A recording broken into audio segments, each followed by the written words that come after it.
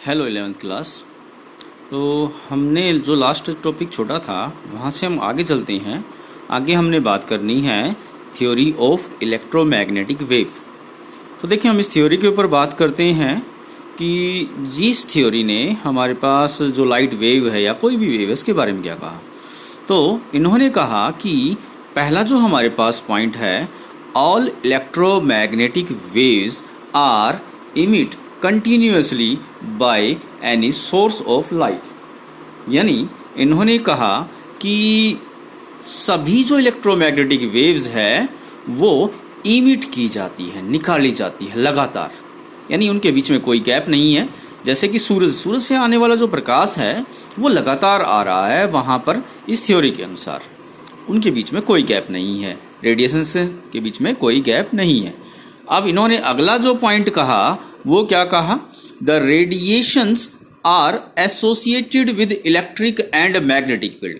मतलब जो रेडिएशन आ रही हैं, जैसे सूर्य का प्रकाश हो गया है, तो सूर्य का जो प्रकाश है उसकी अपनी खुद की एक इलेक्ट्रिक फील्ड भी है और अपनी एक मैग्नेटिक फील्ड भी है। तो उन्होंने कहा जो रेडिएशन आ रही हैं वो इलेक्ट्रिक फील्ड भी रखते हैं और मैग्नेटिक फील्ड भी रखते हैं, और ये दोनों एक दूसरे के परपेंडिकुलर होते हैं, और जिस डायरेक्शन में वो आ रही हैं उस रास्ते के भी या फिर उस डायरेक्शन के भी परपेंडिकुलर होते हैं। मतलब तीनों एक दूसरे के परपेंडिकुलर होते हुए तीन एक्सिस का निर्माण करते हैं, इलेक्ट्रिक फील्ड, मैग्नेटिक फील्ड और उनका जो प्रोपगेशन है, डायरेक्शन है चलने का, ये तीनों एक दूसरे के परपेंडिकुलर है। अब तीसरा जो पॉइंट आता है, all electromagnetic wave are travel with the velocity of light. सभी जो इलेक्ट्रोमैग्नेटिक वेव है वो प्रकाश की गति से ट्रेवल करते हैं, मतलब 3 × 10⁸ मीटर पर सेकेंड इन द वैक्यूम। अब अगला जो पॉइंट जाता है, दीज रे do not require any medium for propagation. चाहे मीडियम हो चाहे ना हो, जिस प्रकार सूर्य के प्रकाश को हमारे तक बस पहुंचने के लिए कोई मीडियम हो चाहे ना हो तो भी वो हमारे तक पहुंच रहा है। तो मतलब इन्हें ट्रैवल करने के लिए किसी मीडियम की आवश्यकता नहीं है। जैसे हम साउंड वेव की बात करें तो साउंड वेव को ट्रैवल करने के लिए मीडियम की आवश्यकता होती है, मगर इलेक्ट्रोमैग्नेटिक वेव को ट्रैवल करने के लिए किसी मीडियम की आवश्यकता नहीं है। जैसे कि हम यहाँ पर देखें तो ये एक वेव चल रही है, इस प्रकार से ये वेव चली है।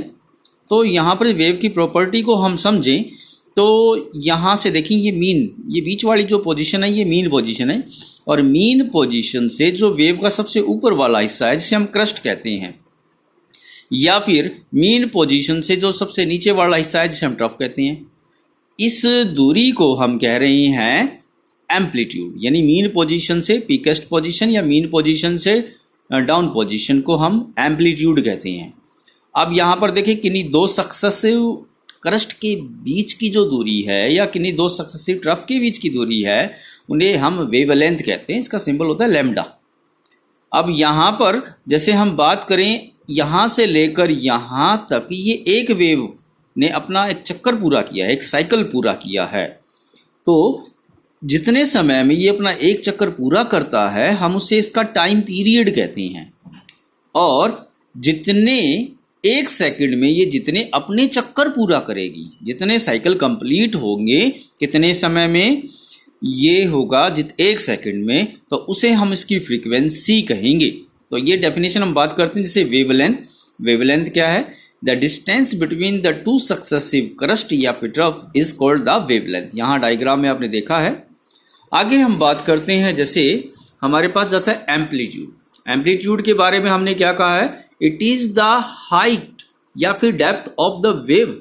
यह है वेव की हाइट। जैसे कि हमने यहाँ इस डायग्राम में देखा है, ये हाइट हो गई है, ये डेप्थ हो गई, या तो हाइट कह दें या फिर डेप्थ हो गई किसी वेव की, उसे हम क्या कहते हैं, उसे हम उस वेव का एम्पलीट्यूड कहते हैं।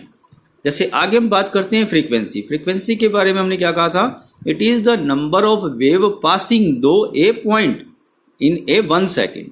तो यानी एक सेकेंड में किसी एक पॉइंट से जितने नंबर ऑफ वेव्स गुजर जाएंगे तो उसे हम क्या कहेंगे, फ्रीक्वेंसी, यानी number of cycle complete in the 1 second. अब फ्रीक्वेंसी को हम जो डिनोट करते हैं वो करते हैं हर्ट्ज में। हर्ट्ज पर सेकंड के बराबर होता है। 1 हर्ट्ज जो होता है वो 1 साइकिल पर सेकंड हुआ, जो पर सेकंड में डिनोटेड होता है, इसकी यूनिट होती है। टाइम पीरियड के बारे में बात करें तो the time taken to complete the one cycle, एक चक्कर काटने में जितना समय लगा है उसे हम कहेंगे टाइम पीरियड। इनमें टाइम पीरियड और फ्रीक्वेंसी का जो रिलेशन आता है वो होता है new is equal to 1/t। जैसे कि मान लीजिए एक वेव 20 सेकंड में अपना एक चक्कर पूरा करती है तो उसकी फ्रीक्वेंसी हुई 1/20, तो 1/20 हर्ट्ज हम कहेंगे या फिर पर सेकंड कहेंगे। आगे हम बात करते हैं वेलोसिटी। वेलोसिटी के बारे में हम बात करें द लीनियर डिस्टेंस या फिर displacement travel by the wave in the 1 second, यानी एक जो वेव है 1 सेकंड में जितनी दूरी तय करेगी, डिस्प्लेसमेंट तय करेगी, हम उसे उसकी वेलोसिटी कहेंगे। वेव नंबर हम बात करें जिसे न्यू बार से रिप्रेजेंट करते हैं, ऊपर बार का सिंबल रहेगा, तो it is the number of waves in the 1 centimetre displacement. जाता है इसे 1 सेंटीमीटर में मापते हैं, अगर हम एसआई सिस्टम में लें तो 1 मीटर में मापेंगे। तो 1 सेंटीमीटर की दूरी में जितने वेव्स की संख्या होती है हम उसे इसका वेव नंबर कहते हैं। Nu bar is equal to 1/λ। अगर हमें वेवलेंथ पता है तो हम वेव नंबर को निकाल सकते हैं, इनवर्स होता है ये इसका। अब जैसे कि अब बात करते हैं relation between the wavelength, frequency and wave number. तो देखें, आपको वेलोसिटी का फॉर्मूला पता है। वेलोसिटी का फॉर्मूला होता है डिस्प्लेसमेंट अपॉन टाइम। अब डिस्प्लेसमेंट हम बात करें तो देखें, मान लीजिए यहाँ से लेकर यहाँ तक की दूरी तय हुई है तो दूरी हो गई है लैम्डा। तो मतलब डिस्प्लेसमेंट को क्या ले लिया मैंने, डिस्प्लेसमेंट को ले लिया मैंने लैम्डा।